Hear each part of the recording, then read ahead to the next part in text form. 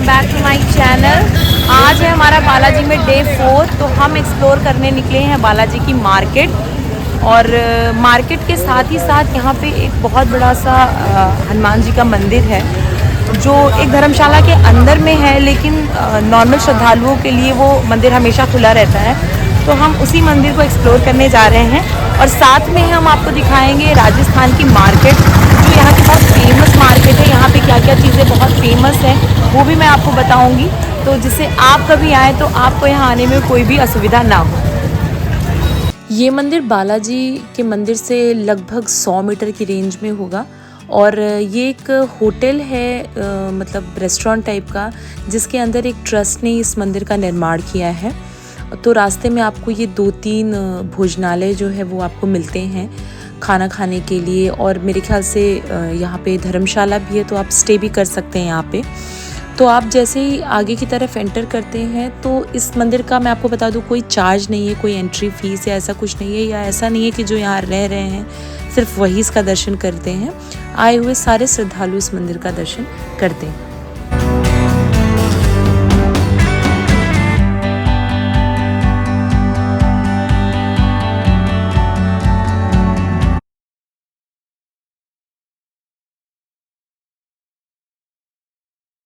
मंदिर के एंट्रेंस के पहले ही जूते चप्पल निकालने की जगह है, तो यहाँ पे आप अपने शूज़ वगैरह निकाल सकते हैं, लेकिन थोड़ा सा बंदरों से बच के रहें क्योंकि यहाँ पे बंदर बहुत है। हालांकि वो काटते नहीं, लेकिन आपके पास जो सामान है वो ज़रूर लेना चाहते हैं।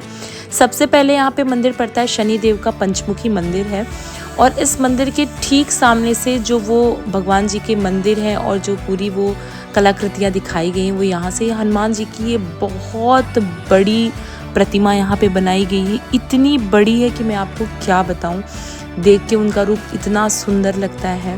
और बारिश की वजह से थोड़ी सी प्रतिमाएं धूमिल हुई हैं। और अब यहाँ से आता है जो मेन फोकस है इस पूरे जगह का, वो है ये गुफा। तो अब आइए इस गुफा के अंदर चलते हैं और आपको इसके अंदर की चीज़ें दिखाते हैं।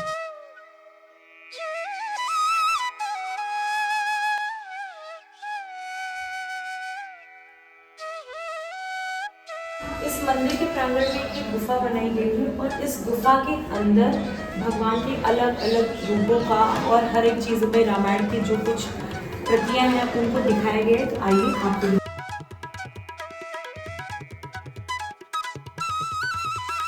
जगह पे अंजना माता भगवान हनुमान जी के साथ विराजमान है। ये मूर्ति है। यहाँ पे आपको रामायण से जुड़े हुए कई सारे प्रसंगों के दृश्य देखने को मिल जाएंगे, जहाँ पे सुग्रीव जी हनुमान जी को प्रेरित कर रहे थे कि वो लंका पार करके जा सकते हैं, और राम हनुमान जी का संवाद, हर एक प्रतिया जो प्रसंग जो है वो आपको यहाँ देखने को मिलेंगे। और अब हम आते हैं उस प्रसंग की तरफ जो हम सबको पता है। चर्चा हो रही है ना? नहीं, वो दे रहे हैं उनको मुद्रिका। जगह है जब भगवान राम ने वनवास में जब सीता माता को रावण हरण करके लंका लेके गया था, तो भगवान राम ने हनुमान जी को अपनी अंगूठी दी थी, और लंका हनुमान जी लंका गए तो वो अंगूठी लेके 7 समुद्र पार करके, ये वो दृश्य है जब राम जी ने हनुमान जी को अपनी अंगूठी अपनी मुद्रिका दी थी। और इस प्रसंग से तो हम सब अवगत हैं। ये वो प्रसंग है जब हनुमान जी को भूख लगी थी और उन्होंने सूर्य देवता को फल समझ के खा लिया था। अब हम आगे बढ़ेंगे, हमें यहाँ पे बहुत सारे भगवानों की मूर्तियाँ मिलेंगी। तो सबसे पहले महादेव जी की मूर्ति हमको यहाँ मिलती है। उसके बाद हम जब यहाँ से आगे की तरफ निकलते हैं तो हमें मिलती है मूर्ति भगवान विष्णु की। भगवान विष्णु की मूर्ति के ठीक सामने वो प्रसंग है जिसे हम केवट प्रसंग के नाम से जानते हैं, जहाँ पे केवट ने भगवान राम को, माता सीता माता को और भैया लक्ष्मण को नदी पार कराई थी। तो ये प्रसंग भी हमको यही सामने दिखाई देता है। केवट ने भगवान राम को, भैया लक्ष्मण को, माता सीता को नाव से पार लगाया था, और उसी के ठीक सामने विष्णु जी की बहुत विशाल प्रतिमा यहाँ पर स्थापित हुई। पढ़ते हैं और यहाँ पे आप भगवान राम और माता सीता और आपने बहुत कम दर्शन किए होंगे ब्रह्मा जी के। तो यहाँ आपको ब्रह्मा जी की मूर्ति दिखाई देगी, जो यहाँ ब्रह्मा जी की मूर्ति बनी हुई है, जो राम जी इस अगर आप यहाँ आते हैं तो आपको थोड़ा बहुत रामायण के बारे में जानना ज़रूरी होगा, क्योंकि यहाँ ऐसा कहीं लिखा हुआ नहीं है कि ये कौन से प्रसंग से जुड़ा हुआ है। जैसे कि महर्षि वाल्मीकि जी की यहाँ पे मूर्ति बनी हुई है, या जो भी प्रसंग हैं वो आपको थोड़े बहुत पता होने चाहिए, तो ही आपको यहाँ घूमने का मज़ा आएगा। और एंड होता है माता रानी से। अंत में माता रानी का एक बहुत ही खूबसूरत मंदिर है, और उसके बाद हम यहाँ से बाहर की तरफ निकलते हैं। इस जगह भगवान राम की माता सीता की मूर्ति बनी हुई है, और ऐसे पत्थरों को दर्शाया गया जिस तरीके से पत्थर डाल के राम सेतु बनाया गया था, उस तरीके से पत्थरों में यहाँ पे राम नाम लिखा गया है।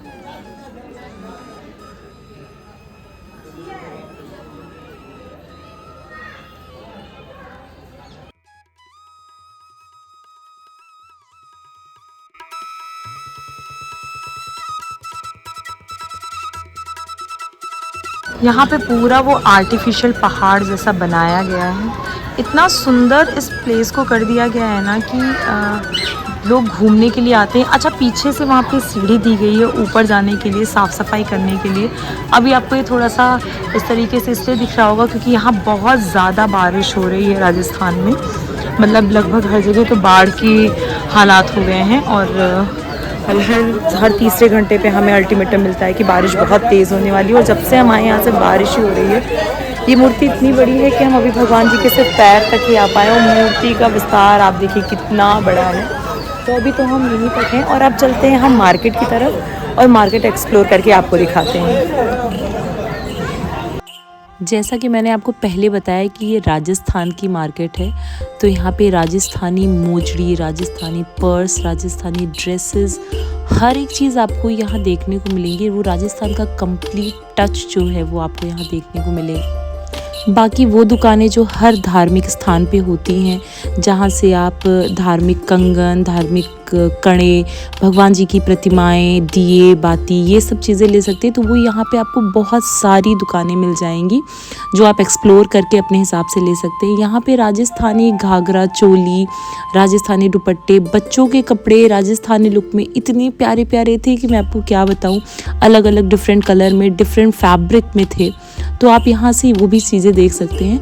जो मुझे बहुत पसंद आया था पर्सनली, वो थी यहाँ का पर्स का कलेक्शन, जो कि बहुत ही फैशनेबल भी था और ऑथेंटिक भी था। जैसे जो राजस्थानी होते हैं उनके मोतियों के काम और जो सारी चीज़ें वो भी यहाँ पे बहुत अच्छी मिलती हैं। राजस्थानी ईयरिंग्स थे वहाँ पे जो बड़े बड़े राजस्थान में पहनते हैं, उन सब तरीक़ों की।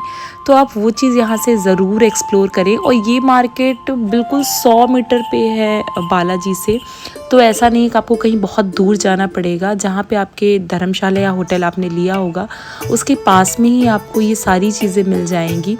यहाँ से कहते हैं कि यहाँ से पताका लेके जाना बहुत शुभ माना जाता है, तो वो भी आप यहाँ से ले जा सकते हैं।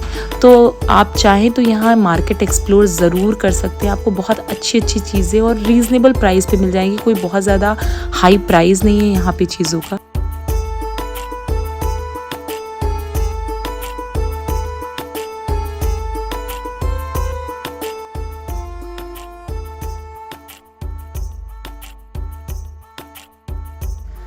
ये मिक्स शॉप है। आपको यहाँ पे होटल्स और कपड़ों की दुकानें, शूज़ की शॉप्स, मतलब क्योंकि ये इस तरीके से बनाई गई है कि अगर कोई श्रद्धालु आता है, किसी चीज़ की उसको ज़रूरत पड़ती है, तो उसको अलग अलग मार्केट में दौड़ना ना पड़े। जैसे यूजुअली होता है कि शूज़ की एक अलग मार्केट होती है, क्लोथ्स की एक अलग मार्केट होती है, तो उस तरीके से नहीं है।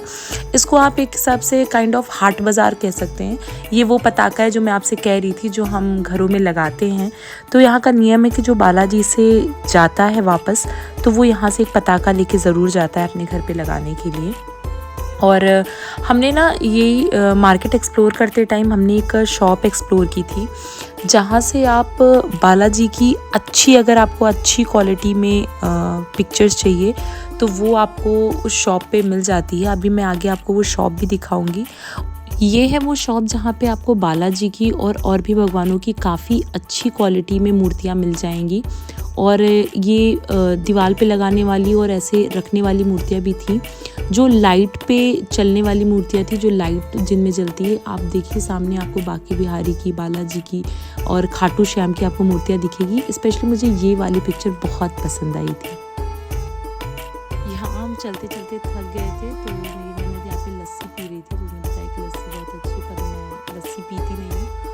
तो क्योंकि अब हमारी ट्रेन का भी धीरे धीरे टाइम हो रहा था, धीरे धीरे टाइम क्या हो रहा था, ट्रेन हमारी काफ़ी लेट थी। इस बार हमारी ट्रेन यहाँ से रात के 1:30 बजे की थी और फिर थोड़ा सा पंगा भी हो गया था हम लोगों के साथ में, वो मैं अभी आपको आगे बताऊँगी। और फाइनली अब मार्केट की तफरी काटने के बाद हम लोग वापस जा रहे थे अपनी धर्मशाला के लिए। तो एक्चुअली हुआ ये था ना कि हमने जो गाड़ी पहले से बुक की थी, जो हमें बालाजी से बांदीकुई स्टेशन के लिए लेके जाता, उसने पहले बोला कि वो आ रहा है ऐसा बोल के, उसके बाद उसने अपना फ़ोन स्विच ऑफ कर दिया। हमने धर्मशाला से सारा सामान बाहर निकाला। वो तो कहिए कि रात में 10:30 बजे हमें एक ट्रैवल एजेंसी से हमें एक गाड़ी मिल गई। अब किसी तरीके से उसी गाड़ी में हमें जाना था, तो सामान वगैरह ऊपर रखा। हम लोगों ने इसलिए पहले बस की थी क्योंकि वहाँ बारिश का मौसम था, सामान ख़राब हो जाता, इसलिए हमने बस की थी। लेकिन अब वही है ना कि जो होना होता है वही होता है। किसी तरीके से हम इसमें सब एडजस्ट हुए थे क्योंकि लोग ज़्यादा थे और हम लगभग 17 लोग थे और ये 15 सीटर या 14 सीटर की गाड़ी थी। लेकिन अब पहुँचना था, जाना था, तो अब कैसे एनी हाउ मैनेज तो करना था।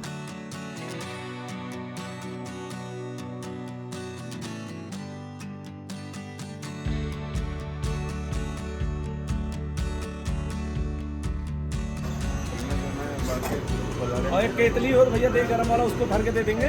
चौकीदार की दे दो। हाँ, केतली ले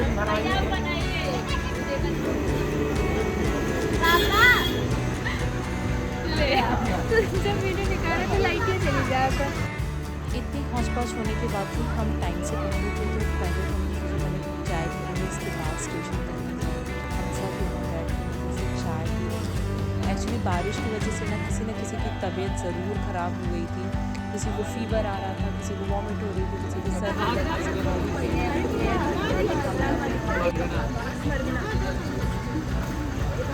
वहाँ पर बहुत स्ट्रगल की है, बहुत स्ट्रगल की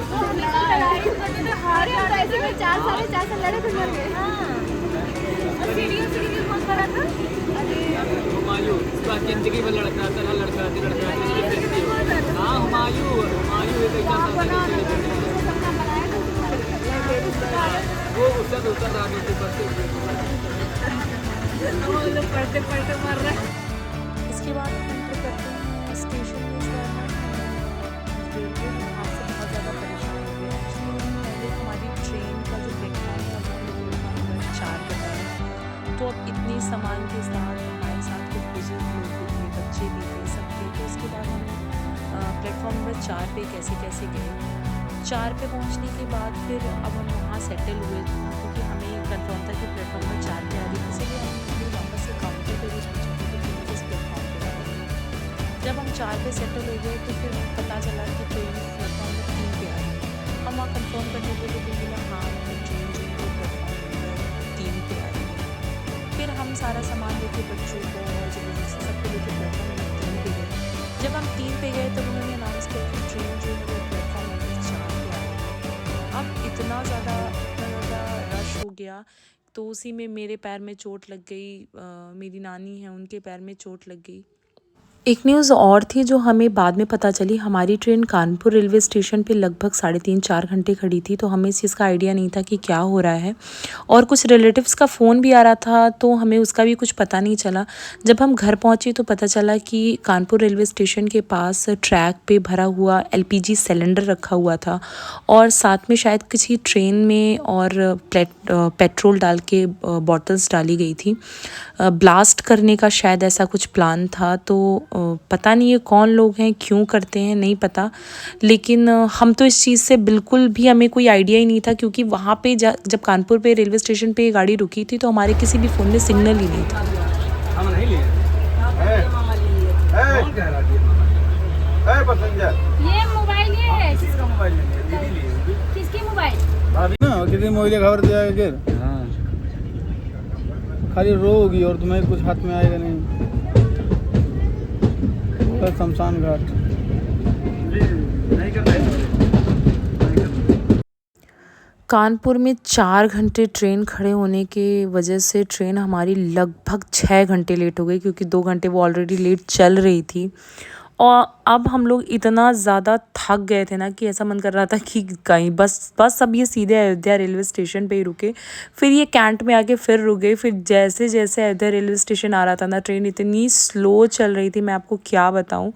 पता नहीं क्या, जैसे लग रहा था ना कि आने का सफ़र ही इतना ख़राब है। कहते हैं ना कि जाते टाइम इतनी ज़्यादा एक्साइटमेंट होती है जब आपको कहीं जाना होता है, लेकिन लौटते टाइम उसका बिल्कुल उल्टा होता है। आप इतने ज़्यादा थके हुए होते हो, इतना रेस्टलेस फील करते हो ना कि फिर सीधे आपको आपका घर ही दिखता है।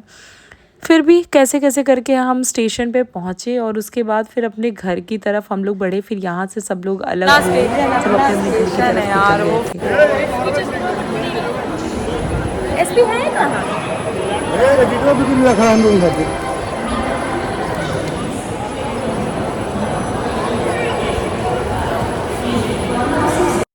फाइनली हम सब अच्छे अच्छे अपने डेस्टिनेशन पे पहुंच गए जहां हम सबको पहुंचना था। कहते हैं ना कि हम इसीलिए भगवान का नाम लेके जाते हैं कि जैसे जा रहे हैं वैसे वापस आएँ। और जो भी घटना घटी है वो क्या थी वो तो नहीं पता, लेकिन घर पहुंचते ही जिमी ब्रूनो ने हमारा बड़े अच्छे से स्वागत किया। वो दोनों हम लोगों के पीछे ऐसे लगे हुए थे कि कहाँ से आए हो, सेम लोग आए हो कि चेंज हो गए हो। बड़े खुश थे दोनों बेचारे, और इतने दिन बाद हम भी उनसे मिलके बहुत खुश थे। अगर आपको ये ट्रैवल व्लॉग सीरीज़ पसंद आई हो तो please do like, share, comment and subscribe to my YouTube channel which is unfiltered ज़िंदगी। लाइक करें, शेयर करें, सब्सक्राइब करें। Bye bye and take care.